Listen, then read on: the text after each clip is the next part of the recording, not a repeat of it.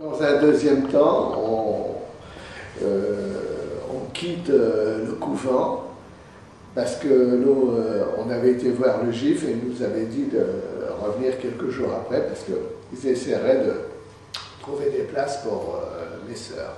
Alors on arrive à le GIF et dans le GIF, il y avait une pièce où c'était marqué OSER, œuvre sociale de l'enfance. Voilà.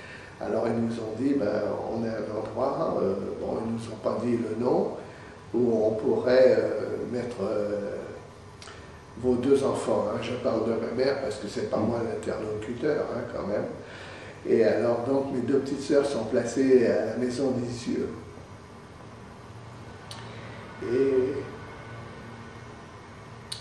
ma petite sœur Monique, elle est placée dans une pouponnière qui est à Saint-Didier au Mont-d'Or, qui est aussi dans la région de Lyon, quoi, voilà. Et moi je reste avec ma mère parce que ma mère elle avait un accent épouvantable, et il aurait suffi qu'elle parle, elle n'avait même pas l'accent yiddish ou juif, elle avait plutôt l'accent ukrainien ou polonais, mais un accent très fort. Elle ne voulait pas se séparer de moi parce qu'elle aurait été vraiment ennuyée.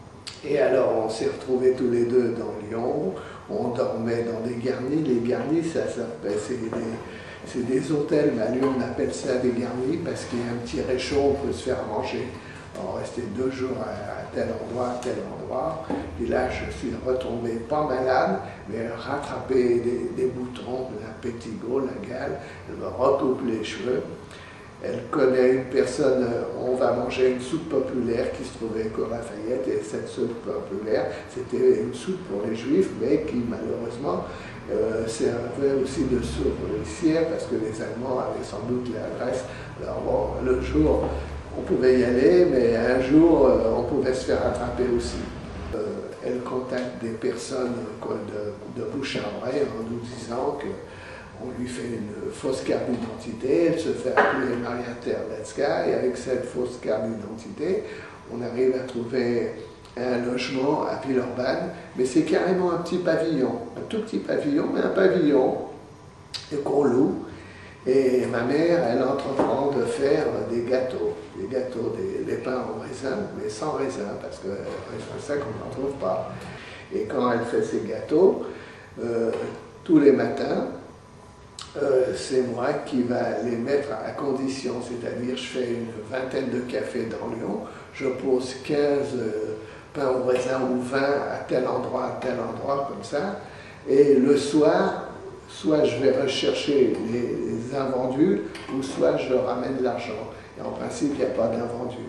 Et on arrive à survivre comme ça, on reçoit des nouvelles de mes sœurs Lisieux, tout se passe bien, et au bout d'un moment, au bout de 3-4 mois, ma mère commence à s'ennuyer qu'il n'y ait pas ses filles avec elle.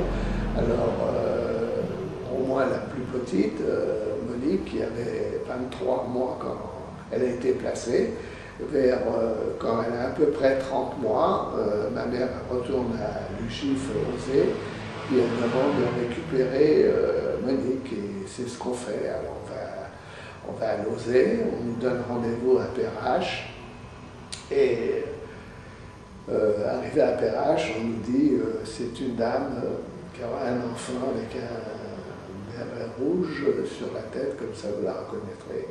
Et c'est vrai que même au bout de 6-7 mois, ça change un enfant. Et bon, on l'a quand même reconnu. Et bon, on retourne avec la petite là-bas au Tutonquin, ma mère continue ses gâteaux, moi je continue à les déposer, à les ramener, et ma mère elle se lève la nuit pour faire les gâteaux, parce qu'il fallait commencer à faire les gâteaux, et il fallait que ça monte comme le pain, donc ouais, elle se débrouille pour les faire, et tout se passe bien, et puis en fait, on est déjà au mois de mars 44, on reçoit toujours des nouvelles de Mina et Claudine, et en avril, on ne reçoit pas. Alors ma mère va voir le GIF, elle dit « mais qu'est-ce qui se passe ?» Elle dit « bon, ben, c'était un retard de courrier, on ne sait pas exactement. Et en juin, on ne reçoit pas. Alors, bon, ça ne fait pas trop, enfin, je parle pour ma mère.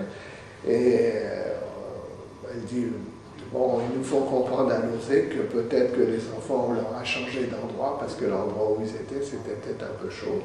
Puis on y croit, hein, on n'a pas d'autre solution que d'y croire, ben voilà.